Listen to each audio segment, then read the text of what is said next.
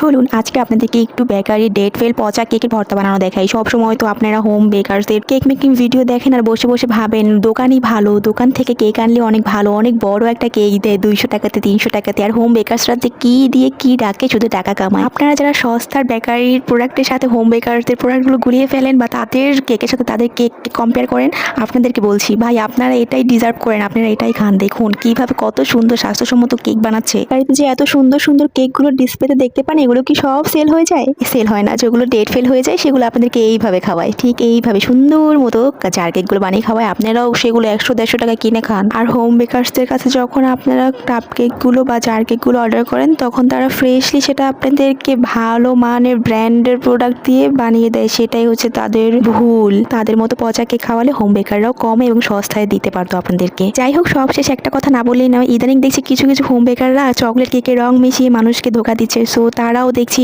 এই বেকারি লোকদেরকে কপি করছে বা তাদেরকে অনুসরণ করছে। সো সব হোম বেকার আবার হোম বেকার না।